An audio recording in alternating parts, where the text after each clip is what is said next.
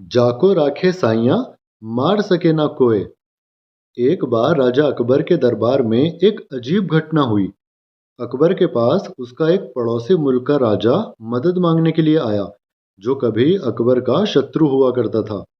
उसके देश पर किसी दूसरे देश के शत्रु राजा ने हमला कर दिया था। किसी तरह राजा अपनी जान बचाकर अपने पड़ोसी देश के राजा यानी अकबर तक जा पहुंचा। अकबर का दरबार लगा। दरबार में अकबर ने सभी से पूछा कि क्या हमें अपने शत्रु राजा की मदद करनी चाहिए। दरबार में सभी मंत्रियों ने एक स्वर में मना कर दिया कि महाराज, यह तो हमारा शत्रु है और शत्रु की मदद करना सांप को दूध पिलाने के समान होता है। परंतु जब अकबर ने बीरबल से पूछा तो बीरबल ने कहा, महाराज, अपनी शरण में आए शरणार्थी के प्राणों की रक्षा करनी चाहिए, चाहे वो आपका शत्रु ही क्यों ना हो। अकबर ने कहा, ऐसा तो हम पहली बार सुन रहे हैं बीरबल, क्या पहले कभी ऐसा हुआ है। बीरबल ने कहा, महाराज, हमारे देश का धर्म, संस्कृति और इतिहास में ऐसे कई पुरुष हुए हैं जिन्होंने अपने शरणार्थी की जान बचाने के लिए अपनी जान तक कुर्बान कर दी। क्या आपने राजा शिवी के बारे में नहीं सुना। अकबर ने कहा, हमने तो ऐसी कोई कहानी नहीं सुनी। तब बीरबल ने अकबर को राजा शिवी की कहानी बतानी शुरू की। महाराज, पुरु वंश में जन्मे कुशीनर देश के राजा शिवी बड़े ही परोपकारी और धर्मात्मा थे। परम दानवीर राजा शिवी के द्वार से कभी कोई खाली हाथ नहीं जाता था। प्राणियों के प्रति राजा शिवी का बड़ा स्नेह था। उनके राज्य में हमेशा सुख, शांति और स्नेह का वातावरण बना रहता था। राजा शिवी की चर्चा स्वर्ग लोक तक होती थी। देवताओं के मुख से राजा शिवी की इस प्रसिद्धि के बारे में सुनकर इंद्र और अग्निदेव को विश्वास नहीं होता था। अतः उन्होंने राजा शिवी की परीक्षा करने की ठानी और एक युक्ति निकाली। अग्निदेव ने एक कबूतर का रूप धारण किया और इंद्र ने एक बाज का रूप धारण किया। दोनों उड़ते उड़ते राजा शिवी के राज्य में पहुंचे। उस समय राजा शिवी एक धार्मिक यज्ञ का अनुष्ठान कर रहे थे। कबूतर उड़ते उड़ते आर्तनाद करता हुआ राजा शिवी की गोद में आ गिरा और मनुष्य की भाषा में बोला, राजन, मैं आपकी शरण में आया हूँ, मेरी रक्षा कीजिए। थोड़ी ही देर में कबूतर के पीछे पीछे बाज भी वहां आ पहुंचा और बोला, ये आप क्या कर रहे हैं राजन। निसंदेह आप धर्मात्मा और परोपकारी राजा हैं। आप झूठ को सत्य से, निर्दयी को क्षमा से और क्रूर को साधुता से जीत लेते हैं। इसलिए आपका कोई शत्रु नहीं है, इसलिए आप अजात शत्रु नाम से प्रसिद्ध हैं। ऐसे महान होकर आप यह कार्य कर रहे हैं। मैं भूख से व्याकुल होकर भोजन की तलाश में भटक रहा था, तभी संयोग से मुझे यह पक्षी मिला और आप इसे शरण दे रहे हैं। यह आप अधर्म कर रहे हैं। कृपा करके मेरा यह शिकार मुझे दे दीजिए, यह मेरा भोजन है। इतने में कबूतर बोला, शरणार्थी की प्राण की रक्षा करना आपका धर्म है, अतः आप इस बाज की बात मत मानिए, मेरे प्राणों की रक्षा कीजिए राजन, यह दुष्ट बाज मुझे मार डालेगा। दोनों की बात सुनकर शिवी बाज से बोले, हे बाज, यह कबूतर तुम्हारे भय से भयभीत होकर मेरी शरण में आया है, अतः यह मेरा शरणार्थी है। मैं अपनी शरण में आए शरणार्थी का त्याग कैसे कर सकता हूँ। जो मनुष्य भय, लोभ, ईर्ष्या, लज्जा, द्वेष से शरणागत की रक्षा नहीं करते या उसे त्याग देते हैं, उन्हें ब्रह्म हत्या के समान पाप लगता है। समर्थ और बुद्धिमान मनुष्य को चाहिए कि असमर्थ व मृत्यु भय से भयभीत जीवों की रक्षा करे। अतः हे बाज, मृत्यु के भय से भयभीत यह कबूतर मैं तुझे नहीं दे सकता।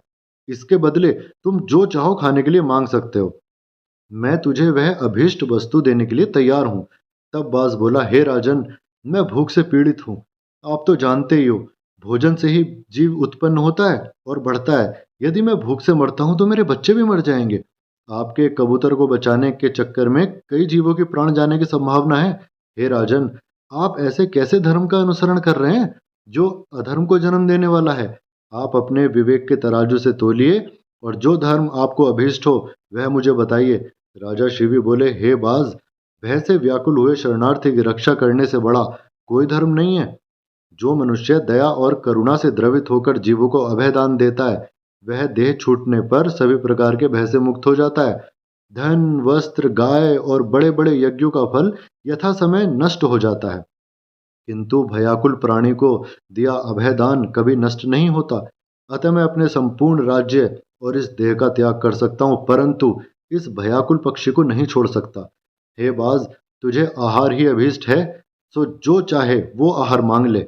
बाज बोला, हे राजन, प्रकृति के विधान के अनुसार कबूतर ही हमारा आहार है, अतः आप प्रकृति के नियमों के विरुद्ध मत जाइए। मैं फिर से कहता हूँ, आप इसे त्याग दीजिए। राजा बोला, हे बाज, मैं विधि के विधान के विपरीत नहीं जाता। शास्त्र कहता है दया धर्म का मूल है, परोपकार पुण्य है और दूसरों को पीड़ा देना पाप है। अतः तुम जो चाहो सो दे सकता हूं, परंतु ये कबूतर नहीं दे सकता। विकट स्थिति पैदा हो गई। फिर बीरबल ने कहानी बीच में रोकते हुए कहा, आज तक आपने मुझसे बहुत सवाल पूछे हैं महाराज, आज मैं पूछता हूँ, बताइए आप दोनों में से किसे बचाते। अकबर के तोते उड़ गए। ये बीरबल ने कैसा मुश्किल सवाल पूछ लिया। अकबर अपनी बगले झांकने लगे। कुछ देर बाद सोचने के बाद अकबर ने कहा, बीरबल, प्रकृति का नियम है, एक की मृत्यु दूसरे का जीवन होती है। मैं कबूतर को जाने देता, आगे उसकी किस्मत। बीरबल ने कहा, बुरा मत मानिएगा महाराज, किंतु यही भिन्नता है हमारे देश और अरब देशों की संस्कृति में। अब सुनिए महाराज, राजा शिवी ने क्या किया। राजा शिवी ने कहा, हे बाज, तुम्हारी भूख मिटाने का एक उपाय मेरे पास है। तुम जितना चाहो उतना मांस मैं अपने शरीर से देने के लिए तैयार हूँ। यह कहकर राजा ने तराजू मंगवाया और उसके पलड़े में कबूतर को बिठा दिया और दूसरे पलड़े में वह अपना मांस काट काट कर रखने लगे, लेकिन कबूतर का पलड़ा जहां का तहां ही रहा। अंत में राजा शिवी स्वयं उस पलड़े में बैठ गए और बोले, हे बाज, ये लो, मैं तुम्हारा आहार तुम्हारे सामने बैठा हूँ। इतने में आकाश से पुष्प की वर्षा होने लगी, मृदंग बजने लगे। स्वयं भगवान अपने भक्त के इस अपूर्व त्याग को देखकर प्रसन्न हो रहे थे। यह देखकर राजा शिवी विस्मय से सोचने लगे कि सबका क्या कारण हो सकता है। इतने में दोनों पक्षी अंतर्ध्यान हो गए और अपने असली रूप में प्रकट हो गए। इंद्र ने कहा, हे राजन, आपके जैसा धर्म परायण और त्यागी मैंने कभी नहीं देखा। मैं इंद्र हूँ जो बाज बना था और ये अग्निदेव हैं जो कबूतर बने थे। हम दोनों तुम्हारे त्याग की परीक्षा लेने आए थे। हे राजन, ऐसे मनुष्य विरले ही होते हैं जो दूसरों के उपकार के लिए प्राणों का भी मोह न करे। ऐसा मनुष्य उस लोक को जाता है जहां से फिर कभी लौटना नहीं पड़ता। अपना पेट पालने के लिए तो पशु भी जीते हैं, किंतु पूजनीय तो वही मनुष्य है जो दूसरों के हित के लिए जीता है। इतना कहकर इंद्र और अग्निदेव स्वर्ग को चले गए। राजा शिवी ने अपना यज्ञ पूरा किया और कई वर्षों तक पृथ्वी का राज्य भोगने के बाद परम पद को प्राप्त हुए। कहानी सुनाने के बाद बीरबल ने कहा, महाराज, एक बड़ा राजा अपने ओहदे या पद से बड़ा नहीं बनता, बल्कि अपने बड़े हृदय और बड़े त्याग से बनता है। बीरबल की यह कहानी सुनकर अकबर के रोंगटे खड़े हो गए। अकबर को हमेशा की तरह बीरबल की बात बहुत पसंद आई और उसने शत्रु देश के राजा को प्राण रक्षा देने का वचन दे दिया। दोस्तों, अगर आपको ये कहानी पसंद आई हो तो प्लीज़ वीडियो को लाइक और चैनल को सब्सक्राइब करना मत भूलिएगा। धन्यवाद।